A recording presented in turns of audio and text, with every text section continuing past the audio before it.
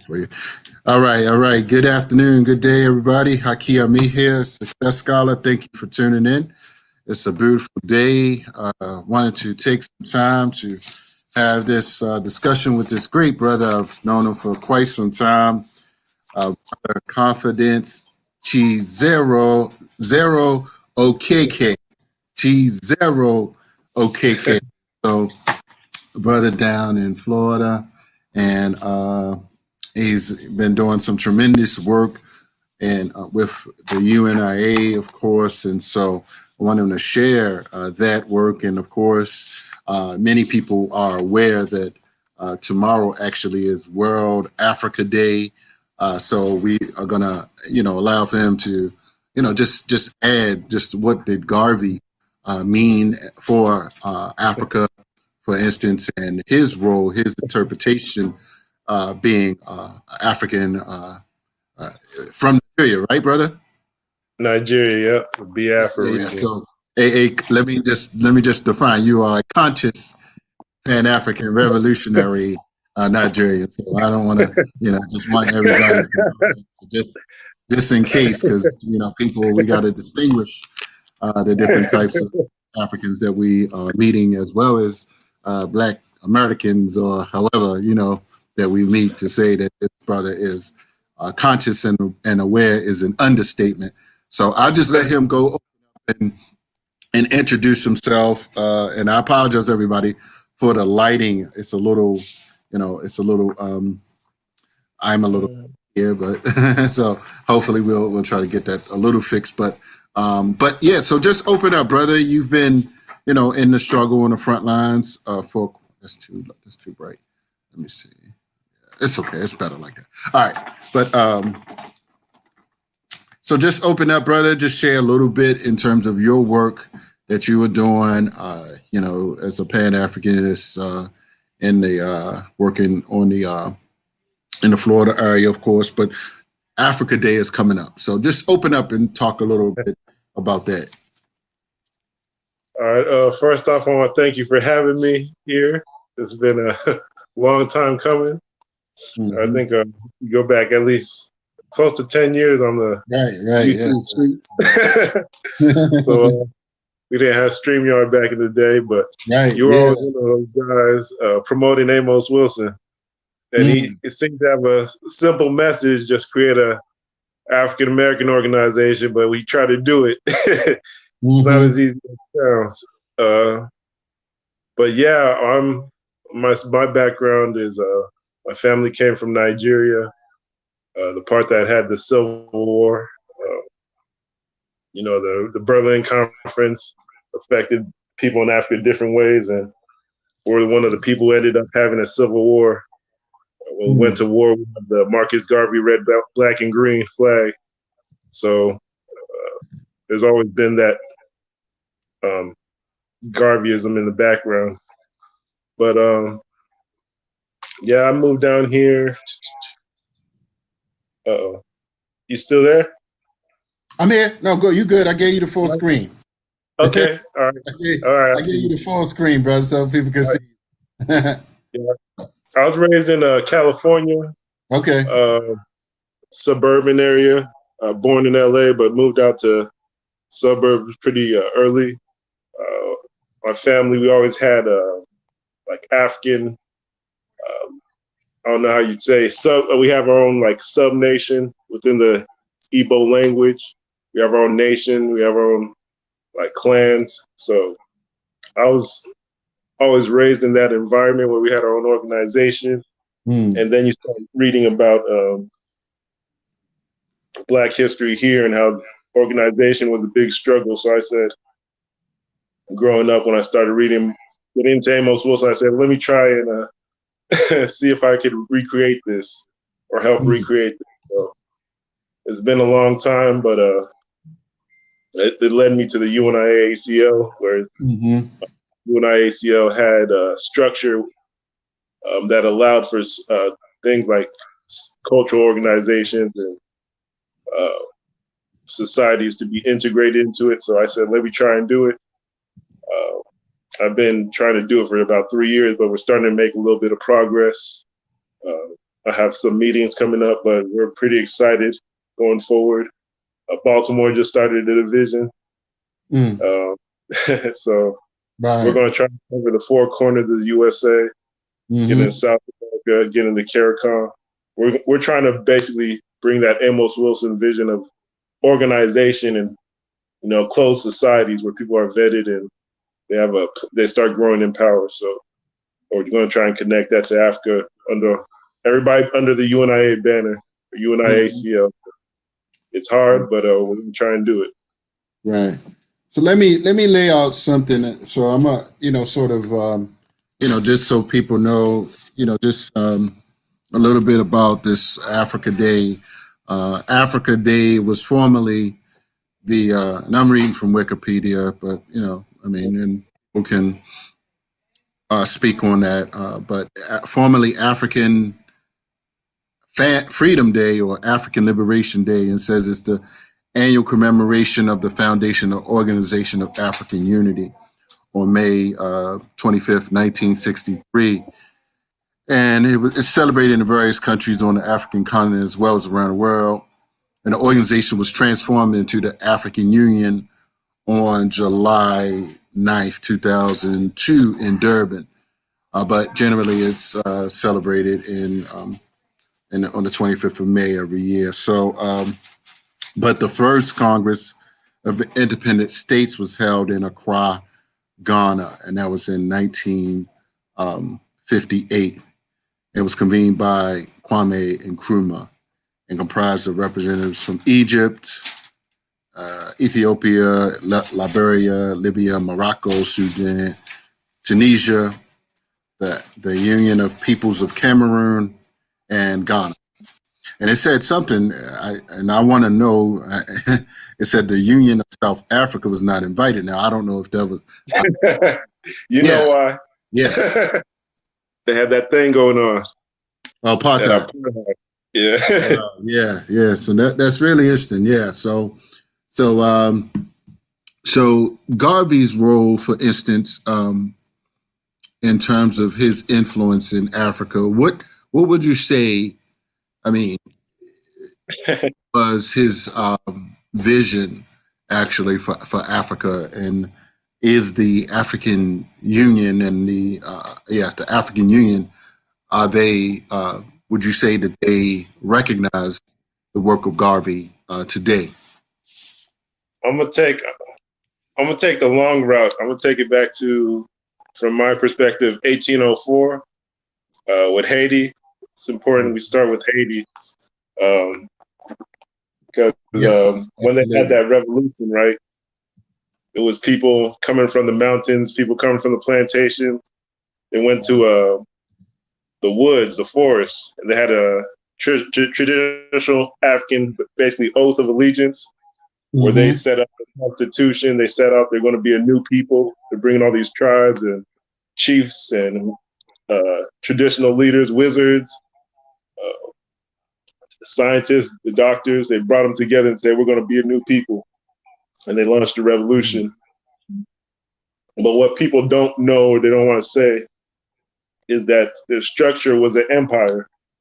Like you bring the different kingdoms and chiefs together, getting the different territories, that becomes an empire. And for a long time, or the first couple of years, they were trying to be an empire.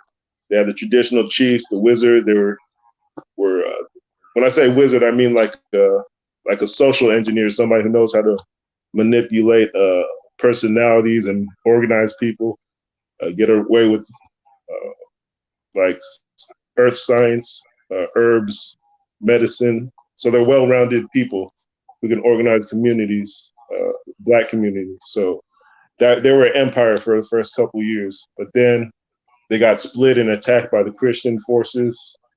100 years later, you have the Berlin conferences where all the European kings meet and say they're going to basically break up Africa and stop fighting each other. Then you have the World War I, and that's when Garvey comes around. Correction, brother. The European the European tribal wars. It's not. It's not. The Yeah, the Europeans European call it. tribal war. They call it a world war, but it's Europeans Tribal historic. war. Right. So Tribal war. no, Okay, I it's like not. Who did I hear say that? No, I heard a Nigerian speaker that I interviewed a couple of weeks ago correct me. yeah, okay. Right. But go Yeah, ahead. okay, Garvey comes around with European Tribal War One. He says, "Where's the presidents of Africa? Where are the kings of Africa?" And he sets out a constitution based on, strangely enough, well, not strangely enough, commonplace. It was Freemasonry. So Mm, this is important to know. A lot of people don't like to hear it, but the UNIAACL is based off Freemasonry. mm, The structure in the Constitution. He didn't have email from Africa. He didn't have the 400 Ashanti Constitution. He just copied and they wrote it down and tried to make it Africanized. mm, Um, but also, the Ku Klux Klan uh, had their own constitution and book of laws based off Freemasonry mm. back in the day. I think there's another organization that's pretty famous.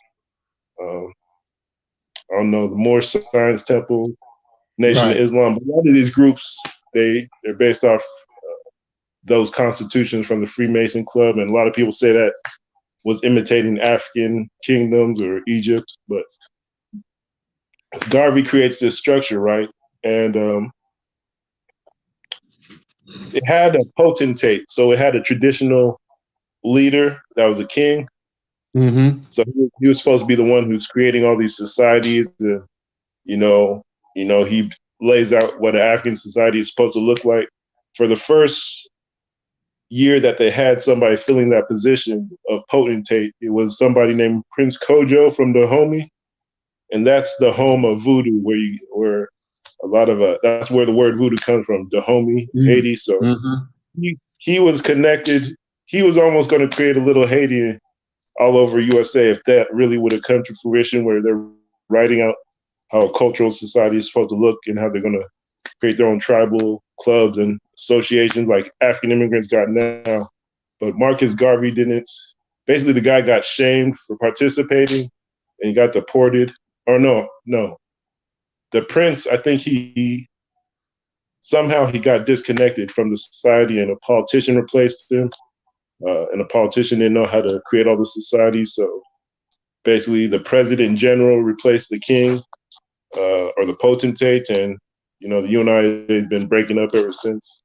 And, Mm, but bringing it back to the African Union, they actually took some principles or the African Organization of African Unity. A lot of politicians took Garvey's organizing tactics. They created their own political parties and vehicles where they could become the president of their country. And that's how you got African Liberation Day and mm. the African Union. But there's a misconception where a lot of people see the flags and see certain quotes like Nkrumah and Nnamdi Azikiwe, and Garvey connected. But Garvey actually says it himself that he wanted to turn basically Africa into a territory for Black people. And the exact words are a Negro empire. So the same way, let's say the USA had manifest destiny for white Anglo-Saxon Protestants, he said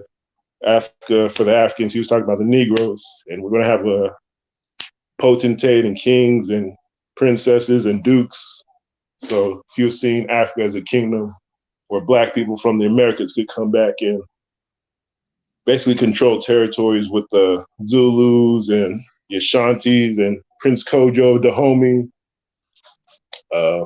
So that was a basic format where if you have a branch of the UNIA in every village or every kingdom, they'll restructure it and have their own Berlin conferences. That was the basic format, and that's not what the African Union stands for. But there is still room for the UNIA as a sort of Black league where, there's an Arab league encroaching in Africa or moving in Africa. So we can have our Right. own African league. So That's let me let the me let me chime in here.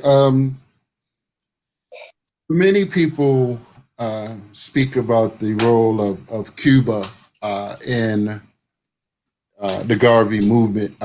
Is it did they have branches in Cuba than anywhere? If that's correct, if yeah, man. Yeah, Cuba is had the that true? most. Yeah. Yeah, Okay. Cuba. Okay. A lot of people say, they like to big up Che Guevara or Mm, is he from Cuba? Or they like Fidel Castro and say they did all this thing for African black people. But there's a reason the UNIACL was most popular in Cuba and all the Caribbean countries. It's because they have wow. African traditionalists and secret societies there.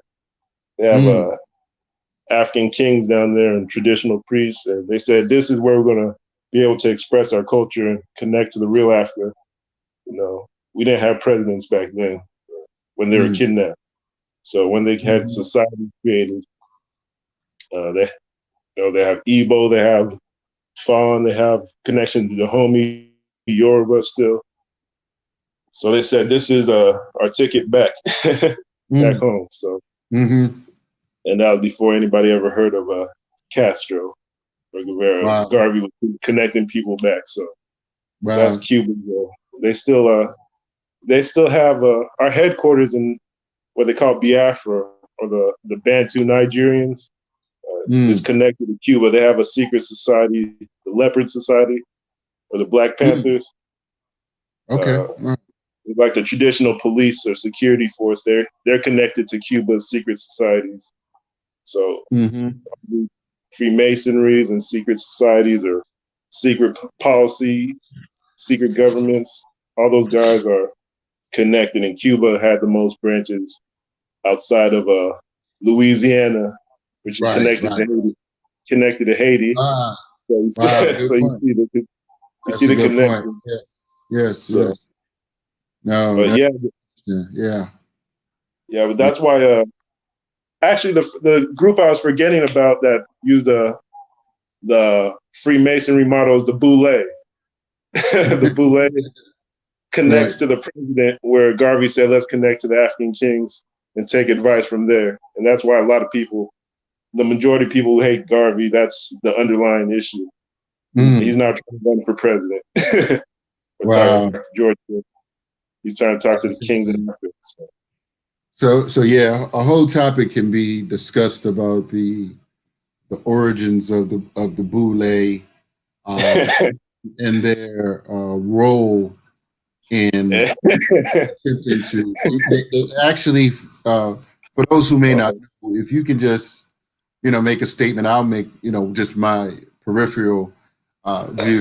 My understanding was that the Boule, which means the servant to the king, um, uh, are basically the white power structure attempts to create a buffer class or a type of leadership class that would prevent or discourage individuals from connecting, for instance, to the Garvey movement, right?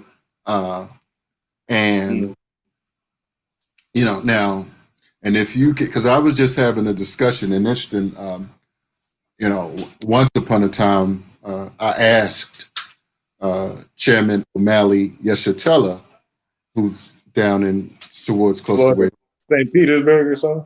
Right, right. I asked, it was just a general question. I didn't necessarily need a in-depth understanding, but it was during a question and answer period, and I asked him the role of W.E.B. Du Bois. And now, yeah, and I understand some people, they say, okay, in the long term context, for instance, that eventually began to recognize the role of Africa, and I don't know, comparative to his earlier writings, where it was theorized that he was concerned, for instance, about black people here in America. I mean, now, and not to get that much into into Du Bois theory, but it made me think about today we have groups, for instance, that they want to isolate Black people in America. The I American know. slaves Yeah, I and the know. Foundation of Black Americans. So just just add on, brother. Brother, yeah, I like the because I don't know if you remember back in the days I used to do a lot of writing on the connections of words. I don't know, Mm. but the boule is like a Greek or Latin word, means like council. So actually, you know, boule is just like a gathering, Mm-hmm. and I got a lot of emblems. And I noticed this early on from Africa where it says the word for gathering is the word for traditional government. So just people coming, in the plantation days, they used to break people up, still do it now. Anytime they see one or two Negroes together, they break it up. Mm-hmm. But boule just means gathering. And if you go to, Congo, you see the word mbongi. If you go to Sierra Leone, some parts of Mali, you see the word poro. Uh, Nigeria, we have mbako, we have egbe, Mm-hmm. mbo. All these P and B words mean coming together. That's where when you come together, you make rules as a group.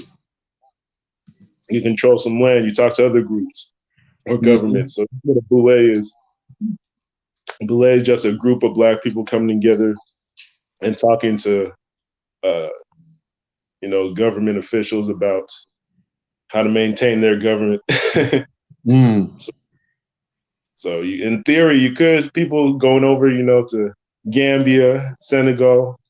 They could be going into the traditional houses and getting all those traditionalists to sign up for the Garvey movement and start pledging allegiance to Arabs and playing in Arab soccer cups and all the stuff they're doing. Mm-hmm. But some people going to Gambia and Senegal, I don't know what they're doing. I get worried sometimes. But in Mm. theory, you can make your own group and talk to other governments. And that's what Amos Wilson was about. Garvey, you know, Malcolm X tried to do it, but he was talking to the presidents, and that didn't end up so good. Mm. But because the presidents talk to Wow. other presidents, that's the whole boule. He should have been in the bush, the Mm. Africans talking to them. Wow. But Wow. No, that's interesting that you mentioned that because yeah, no, and you mentioned how many governments actually were targeting Malcolm. Now, do you also recognize that Garvey, for instance, was targeted by the counterintelligence program? Of course, mm-hmm. the Created it for them. say again. They created name. They launched or instituted the names like FBI for him. I think they said let's make this official because this guy's getting too big. Oh, okay, right, Yeah, right, yeah. but his whole thing was from the launch it was we got a potentate. That's a monarch. You know, I don't Mm-hmm. know. I'm not in Freemasonry, but I know they have potentates.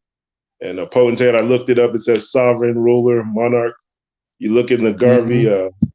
history. You had dukes, you had princesses, knights. Um, then also, you read the Constitution. It said the rulers of this organization or government are going to be.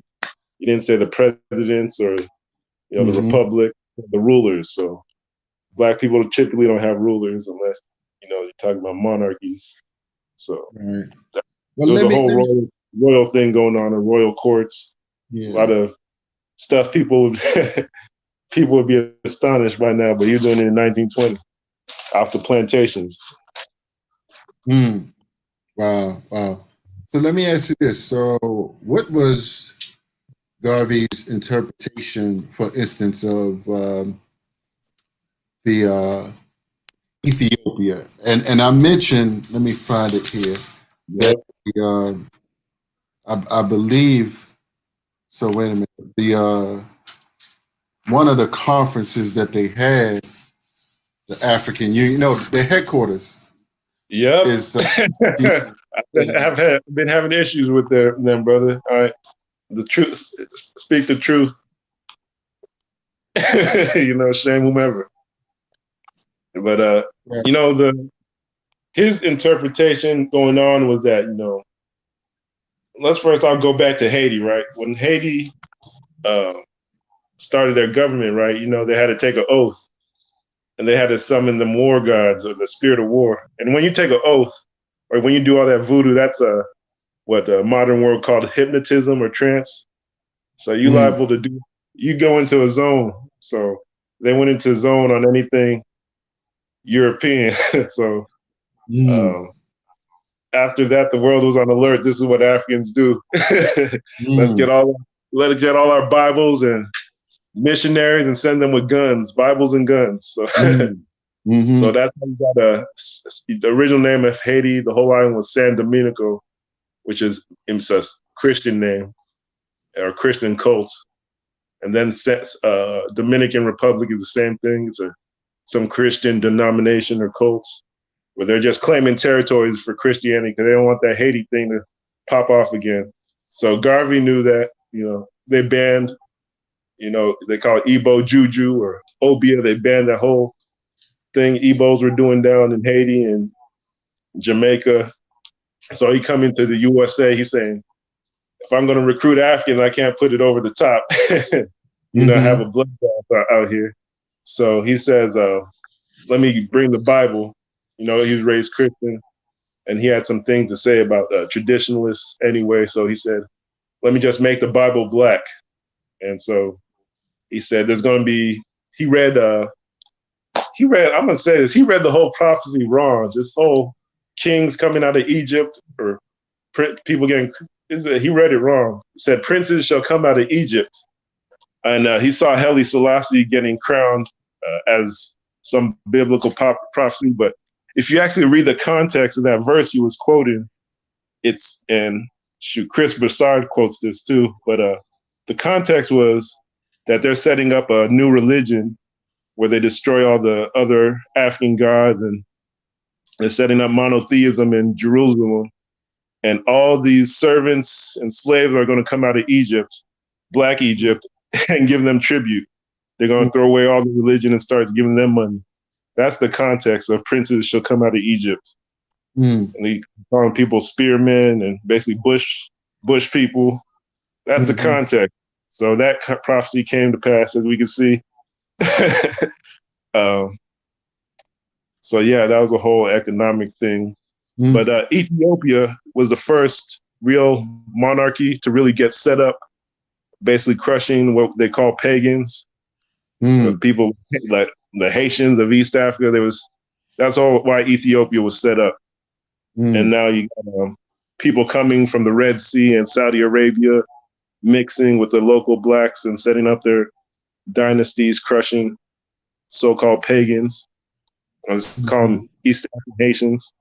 So that's what Ethiopia represents, and that's why they got the whole headquarters to represent it's a base for, Arabian or Iranian philosophy in East Africa. They call it Iranism versus Kushism. You can look at Kushism with a K. So Kushite, there's a Kushite philosophy, ancient Black Kemet with the animism, and then they have Iranianism. So that's what Ethiopia represents, and that's why they got the headquarters. A lot of people being Christian, they don't know what they're supporting. But there's a whole economic principle to setting up a religion. You got a house, you're collecting tributes, you're making pilgrimages and spending money. So it's political, racial reason why Ethiopia gets the headquarters. Yeah. And 100 years later, then they haven't established any Garvey branch. But they are starting to have, like they're having a bust there, a statue of Garvey lifted up there. But that's just the power of African Americans going over there and saying this needs to be happening. It's not something that the people themselves are moving at a pace. They got the whole mulatto dynamic going on there You know, for the whole country. I was on something with some Jamaican, different Jamaican organizations like a few weeks ago, and they were talking about the bust, and Dr. Julius, the grandson of Garvey, was on there, and they were talking about this bust that's going to be dedicated. I mean, I can't recall the date. I don't know if it has happened yet, or well, I guess I would have. That's the statue I was talking about. I know about it. Mm-hmm. I mean, they're in a bad position because the whole system that was set up hundreds of years ago was designed. The whole state was set up basically to destroy the so-called pagans and be like part of the whole Christian empire. And so that was their whole thing. They're going to be trading with the outside world while in Africa, and Christianity is going to be their whole basically economic front. But that's how they gather money. It's a banking system. Set up a statue or this book, and everybody lives this way and collect the money. And there's an economy. There's an economy behind everything you do. So yeah, no, so yeah, no, it's interesting that you mentioned that because some years ago I used to bring Ashwa to the Baltimore area, and he does tours to both Ethiopia and Egypt, but Kemet, shall I say, but he does the piece, The African Origins of Freemasonry as well. So, I just, tell people, tell people to check those out. But interesting, I was on Clubhouse like maybe 2 weeks ago, and they were talking about the Tigray area and what's going on. Many are referring to it as a genocide.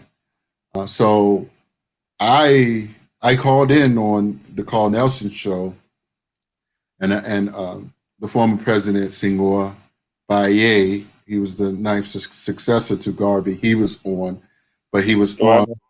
Yeah, he was the local president of Division 330.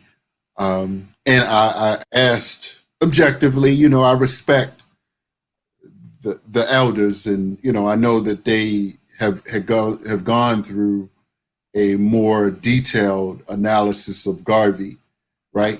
Than myself. I mean, I've read a few books on him and watched documentaries, but I wasn't a member of the UNIAACL. I mean, actually, years ago, Senghor, I did a radio show on Harambe, and I think I came on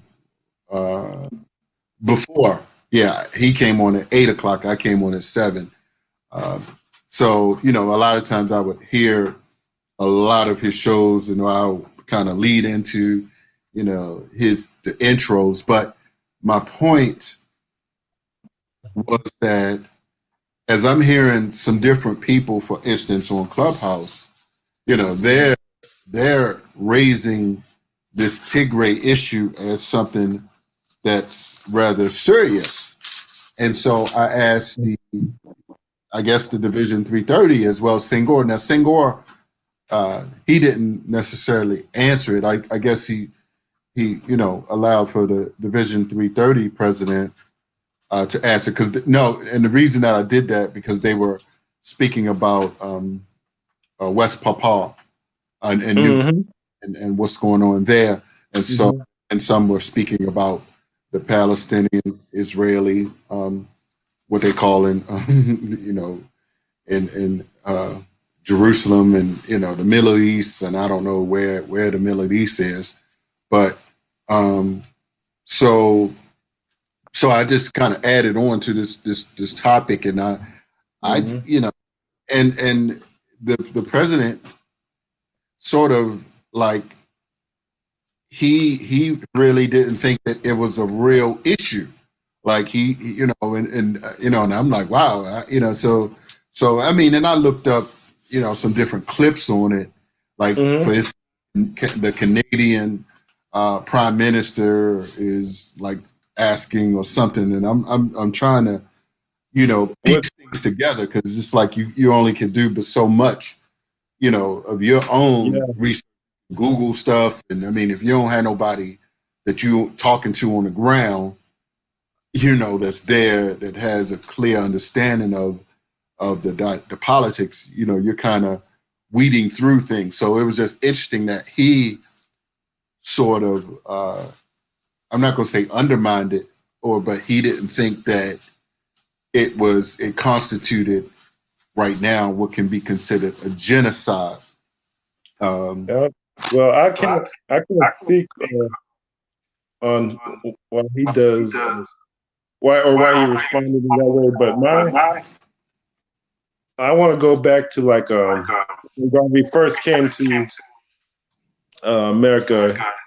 A. Philip Randolph, who's actually from Jacksonville, where I'm from, or he Mm. was raised here. He helped get him his audience in Harlem, and he got maybe like a couple hundred members, but then it broke up over politics. I guess somebody agitating that you need to pay attention to local politics and break up all this Africa stuff. So the first Mm. time he got his organization split up, it was over local politics, American politics. You know, that boule stuff. And then the second time he really had a big split was, I'd say, from what I've read, it was over religion, over Christianity. People wanted to have their own Orthodox African church, and I think it still exists, where everybody who comes into UNIA would have to have um, learn this particular branch of African Christianity that they came up with. So there Mm. was a big split over that, and you know there were some Mm. debates over Islam should be the mandatory religion for Black people Mm. worldwide. Now those were debates back in the day. So they split up, and Even in the over time, UNIA, yeah, quick. they had debates like how is this going to militarily benefit us? It was serious. Like, what are the benefits? Economics, military discipline for our members. Uh, so they were seeing how it could grow the movement, but Even gain even territory. you saying even with Islam as well? Yeah, they debated. I think there was some Moorish brothers back in the day Okay. who debated it, Yes. or Right. different religions. There was even Jewish people back. There was a Haitian voodoo priest, or a guy who became a voodoo priest. There was all sorts. You know, there was a dude from Dahomey, Voodoo Land. So there's all these different ideas being debated. As Mm. far it wasn't leave it alone. He said leave it alone in books, but there was debates. You know, but going into the church splitting up, that eventually becomes, you know, he makes the prophecy that an Ethiopian emperor is going to Right. come down, or Egyptian emperor. He sees Haile Selassie, and he starts attaching his movement to, yeah, this is going to be basically our emperor, just like they had a potentate before. He started making moves to get into Ethiopia, team up with them. They're fighting Italians, and Mm. Haile Selassie. There's rumors out here he said he's not a Negro, and like Mm. he's Semitic or whatever. So he's attaching himself to the whole Yemen, Queen of Sheba, Middle East, Mm. Red Sea thing. So he's Mm. distancing himself from the Garvey movement, but also naturally, if you think about it, you know, Ethiopia is an artificial. All countries are artificial constructs, but the thing that made Ethiopia Ethiopia is that we're the Christian, non-racial, you know, state, the universal religion in Africa. So Mm. that's their whole religion. So if you come in with the Garvey movement, you got a black God, if it's Christian, or black Muslim God, or black voodoo, you're going to integrate with the surrounding areas, and you're going to dissolve Ethiopia if you really unite all black people. So on that Mm. level, so Ethiopia wouldn't Mm. exist, maybe be a state. So they rejected Garvey, and to this day, there's no branch of the UNIA in Ethiopia where they're talking about, you know, the East African community. Ethiopia isn't part of it, but South Sudan is. North Sudan isn't part of it, but South Sudan is part of Uganda, Tanzania, Rwanda. So you can see in the political movements that they're not open to restructuring the state back then and now. So because they're the beacon for white supremacy through religion, and that you can tell them to their face. But yeah, no, you make some good points. But so there's might be reason, that's maybe a reason somebody might not want to touch on it, and especially a lot of UNI elders, they didn't have this kind of, they didn't have Google back in the day or time to sit around and read all this stuff and get in detail. But a lot of people came in through Haile Selassie, and maybe it breaks their heart to see what's going on. But even the place, the Tigray region, I think that's where Axum was, where the whole Christian empire started. It was in the Tigray region. So people over there blowing up each other, if that's true, from my observation, looks like if that's true, they're like, they don't even care. It's not, they could destabilize the whole region. It's not about Christianity. It's not about anything anymore. It's all politics, like keeping the state together. But trying to get the UNIA in there and talk about, you're part of the Kemet and Kush, and you're connected to this culture, and Egypt and Uganda and Nigeria. They're not trying to hear all that. Like, let me reach out to let me reach out to the United Nations, or, Reuters, or this, all this stuff. You see the Ethiopians on Twitter and Facebook. I was emailing a lot of them before this stuff popped off. But we need a beachhead in the Nile. We're all related. Let's start something in Ethiopia, Addis Ababa. We're all related. You got the whole African Union there. And they were basically played it off, and then all this killing started, and then they just jumped to Europeans with contacts that I had. But it's interesting when you look at the United Nations and the African Union peace process. It's basically in the Garvey model, where they basically bring community leaders. Every community is a different tribe. They just bring them together and talk it out. And they pay UN peacekeepers get paid $1 million to do what OGs in the streets do all day. So it's pretty stupid. Wow.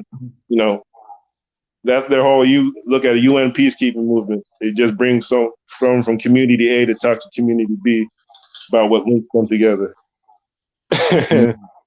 And people go to college for that. Right. So and that's what these guys in Ethiopia are trying to get UN peacekeepers to intervene, and they're putting a Marcus Garvey bust, but I don't know if action speaks louder than words, and a bust isn't really gonna. I don't know. I mean, the thing is, when you bring the UN Marcus Garvey movement, a lot of people want the whole attention of the world to be on them. So it's not like you organize this area and bring them into consciousness, and we'll all meet in the middle at a mass convention. It's like, we need all the attention of the world on us.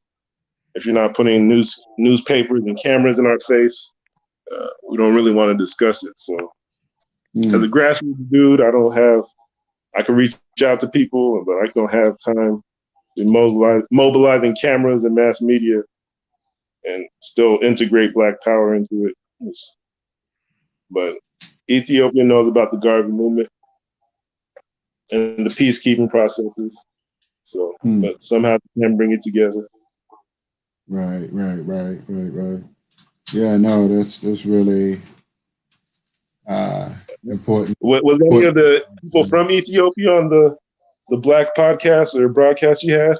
Yeah, it wasn't like mine directly. It was like what's called Clubhouse. It's like an app. Like a lot of different people come, from all over the world, and they go into different rooms and talk about different issues. So it was actually, some Ethiopians and Eritreans were on there as well. So, just really getting into that understanding, because many people believe that the Koreans are, sort of, a part attacking that area. So, Oh, they're attacking the Eritrea. other way Yeah, around. Some are saying that the Eritreans are attacking the Tigray. Tigray. Right. So, uh, Man, they're all related too. It's crazy, yeah. closely related. I don't know. I've never seen a cultural symposium where they're saying they're laying out the culture that binds them. I Mm-hmm. don't know. It's funny because Right. the majority, if you look it on Wikipedia, the language groups they call themselves Cushitic. But you never really hear any government official talking about Kush, or they just say they're Cushitic, which I guess that Mm-hmm. means sort of Kushite, sort of black. I don't know what it is, but it's Right. a frustrating topic. Um, One of Garvey's tactics back in the day was reverse psychology. Like if he really wants you to come along, he'll kind of berate you or say this group of people aren't doing A, B, and C, or they act like A, B, and C. And then the way that works is people who don't want to be, classified as lazy or traitors, they'll stand up and start building, say, no, we're not like that. So it was a reverse psychology. That's something that I use sometimes. It's not I hate, Mm-hmm. but sometimes if you don't give them attention and you focus attention elsewhere, people will start to build. And in the context of East Africa, the Nile, I've targeted South Sudan and Uganda as far as partners to try and do inter-community Garvey work and start branches. I Mm-hmm. tried Ethiopia, but it was like too much effort living across the world trying to kind of pull people into it. But Mm-hmm. I see a lot of potential in South Sudan and Uganda, especially with sports, trying to break the ice that way, introduce people to Mm-hmm. Garveyism. But Mm-hmm. eventually, I think Ethiopia will come along. But that's the only solution. They have to integrate with the rest of Africa, Black Africa, as Mm-hmm. on a social level. And that's a big country, so it's not a small task. So hopefully we Right. start somewhere small and they come in, it goes viral. That's our hope. But Right. Right. it's a Well, big old country. yeah, no, indeed. So yeah, no, so I appreciate you, brother, just coming on, sharing. We definitely been in communication about, much of these topics. So I wanted to, really document your experiences and, just challenges as well as the Mhm. successes that you have and the vision that you see moving forward, and particularly that we have, this World Africa Day. I'm hoping that more people will tune in to these broadcasts. I streamed on Facebook as well as my YouTube page, Raising Consciousness Capital. So I'll send you this after we're done. But you have anything, in closing that you feel that our original topic, of course, World Africa Day, Garvey, the life and legacy of Garvey and the Yeah, I role do. of World Africa. It probably, when it's all said and done, African Liberation Day, we're not really free. Um, Tying back to the whole ADOS and FBA movement, you mentioned it in brief, but uh, that came from, that was our movement. That was the Amos Wilson, Chancellor Williams movement, Malcolm X movement to create an organization, renaming diaspora, giving them new identities. That's all in the Blueprint for Black Power. That's in Malcolm X's speeches. Yes, Um, sir. Yes, sir. I know Asar Imhotep had his own book, but based off Amos Wilson's readings or Who? inspired. But You said who Asar had Imhotep, Asar Imhotep, a he's a son? scholar out of Philly. He has a Son? book called. He's in the Amun Ra squad. Oh, yes.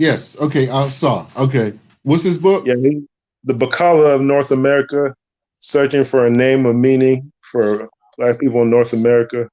Okay. But it's like trying to inspire a Congo USA mix culture and get people moving into a new identity that's unique.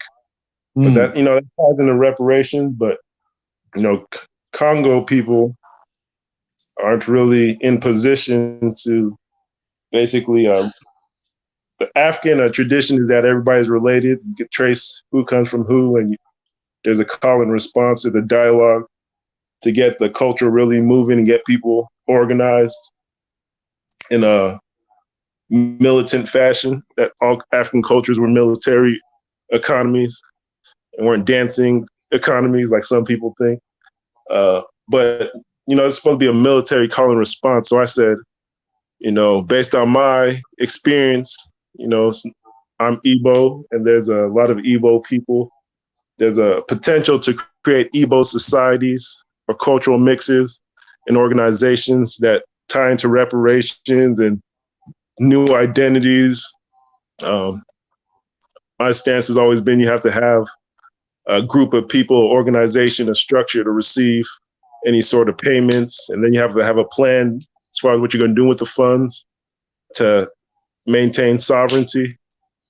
So it's not an integration stimulus package. But that's what African Liberation Day means. And going forward, to cut it short or simple, we're looking at IDs, we're looking at cultural symbols to tie diaspora into the CARICOM and South America. Brazil has a reparations movement that's pretty amazing. Guyana has some land that they're working with. So we're going to try and tie everything together with, ID cards and symbols, and let the public try and see where it goes, make it go viral, or see if it catches on. But, where I'm from in Nigeria, it's people don't know, but we tie into the Congo and, the whole Bantu migration. We're tied to the Yoruba. We're like blended people. So, like, through our culture, we can liberate, Congo and DRC and basically create a super state. South Africa would tie in. Then you have on the West Africa, you have the Yoruba, you have the Mali Empire, you have Senegambia and the Fulani people. So we could really take over West Africa and the whole Southern Africa through culture. But a lot of people call that region where I'm from B.I.A.F.R.A, but it's really like the Bantu Nigerian area. That's the legal anthropological name that people should be promoting. And it's a blacker name.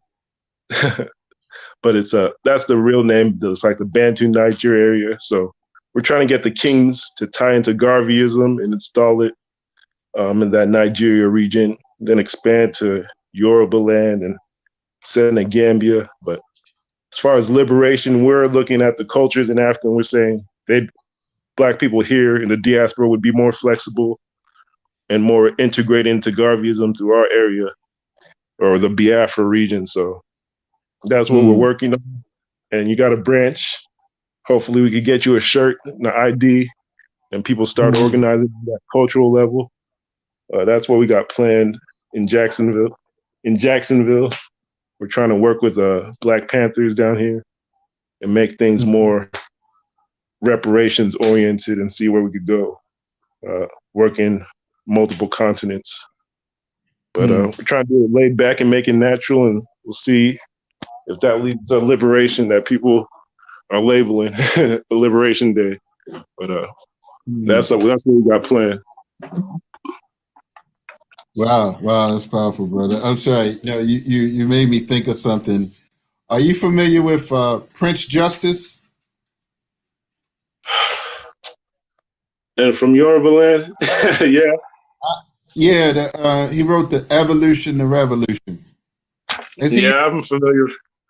Okay. So he's from Yoruba. He's from Yoruba, and you're from where? You're from Igbo. Igbo land, yeah. I'm from Mbise, the 5 United States or United Clans. Okay. So okay.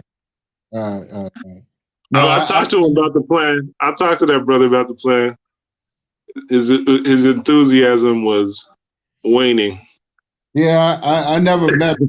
I don't think I even interviewed him. I just read his book. It's I read it. It's good. Some good references in there.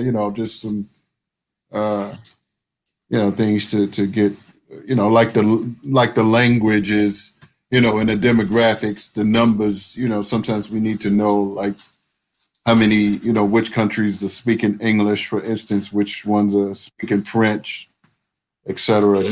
So we'll for those that may not that's on the outside, it's like you gotta sort of know like where you can functionally work at. Like I was having a conversation. Not you. I don't think I was talking to you, but I was asking. No, someone mentioned something about Sierra Leone, and for some reason, I asked, was that a French speaking country? But it just didn't pop in my mind. Like so I don't have like a off the top of my head, knowing like country, you know what I'm saying? So, sometimes I gotta go back and, have different, reference materials to know because it's like I'm only working on in English, mostly English speaking countries, at that general concern about those. As far as major cultures in Yoruba is probably the biggest culture.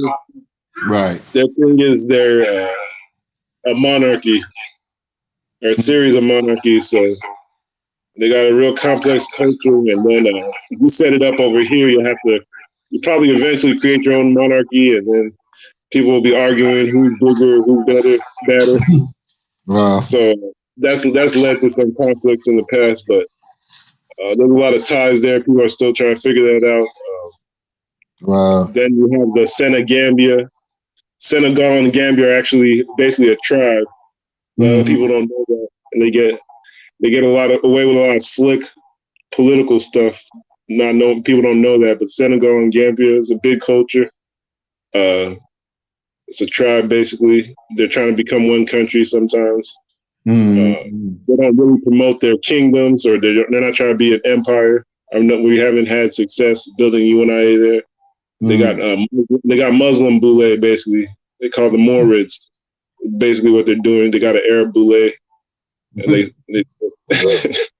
it's ridiculous. But they got a whole Muslim brotherhood going down there, and people are going to Gambia and calling it the Smiling Coast. They're not going to be smiling in 50 years, I'll tell you that. Because Arabs are moving south. And they're already playing Arab Cups with Senegal winning, lifting the trophy. They're the Arab champions.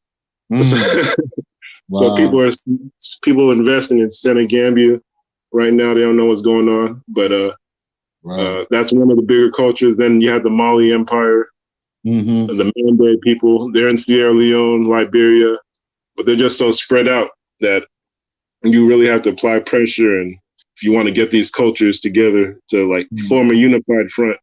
But as far as contiguous area to try and form a state or a power base for Garveyism, it's Yoruba land. If you get their kings to accept it, a lot of people don't accept it. The UNIA, but we're going to try and push it from Igbo land, where they're more split up and easier to basically try to get them to accept it and spread it out. And if we get it there, the other bigger cultures in Africa will start to key in and say, it's all economics. Wow. Beyond, it's economics. So we're going to tie in, but I want to say a lot of people are dancing and cooking and saying this is how you build a culture. But all these, if you study the language, it's these are military settlements and empires, and we're not trying to kill each other, but there has to be some discipline to what you call a culture, especially in this climate. Wow. It's wow. It's a KKK world. Yeah, man. Well, I appreciate your time, brother. So we'll do something again. Maybe talk a little bit more, about Nigeria and the politics. I want to do a particular. So help me to understand, these three different groups that's going on. We need to separate. Somebody told me that, like, man. It didn't work the first time because they was doing the Tigray, issue. They're trying to go to the United Nations, and Cracker 1, Civilization Cracker 2 didn't help. Then option Z, go to the black people in America. They're gonna stump for us. Wow. Wow. So if we're gonna separate or restructure Africa, we got a lot of territory up north that we could. We got a lot of expansion we could do. We got to come together. I like the UNIA because it has certain tenets of a tribe, or that's where we can position it as a cultural group, where it says you have to marry this person to be a leader if you want to be a leader.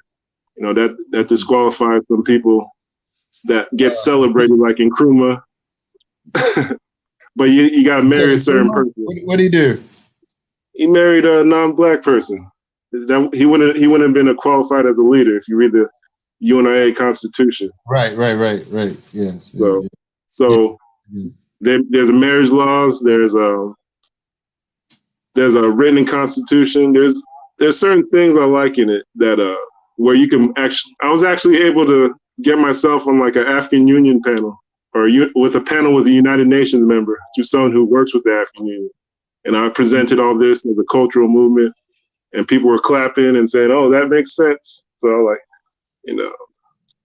I want to tell all my Nigerians, you can use your 419 powers for good if you put your brain in the right place. But we're working on restructuring Africa. That whole B.I.A.F.R.A region is actually like the Bantu Nigeria area. We have like people from Congo. Like we got the Pygmy Dwarf, the Botswana in Nigeria. From people don't put two and two together, but we're gonna break down the borders and make it for Garveyism. But the Yoruba are gonna come along, Senegal, Gambia, they're gonna come along, and we're gonna make some change with all that slavery they got going on. Right. Citizenship IDs, passports, that's what we want to do. So we'll stay in touch from south to north. Right. All right, my brother. So let's, if anybody to reach you or, find you anywhere, where would they look at to assess and read some of your work or see you more or contact you? I have a Facebook.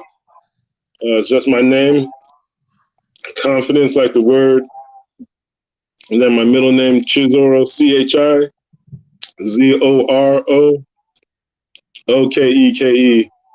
I'm actually I play basketball semi-pro, so I try to. A lot of my time is trying to relax and recover. Okay. My hope is that by the time and within a week time or so, we start going. I'll start having leadership who could repeat this stuff and are actually diaspora and qualified for reparations, and they'll be organizing. But I'll try and stay on a consultant basis as long as it's needed. But the success of a movement is when the leader is not there, or the person who dreamt it, and it still goes on. So, right. All right, my brother. So, brother, and B.B.F.R.A. So thank you for your time. All right. B.B.F.R.A. Peace. Peace and blessings, brother. Uhuru. Great things. Uhuru.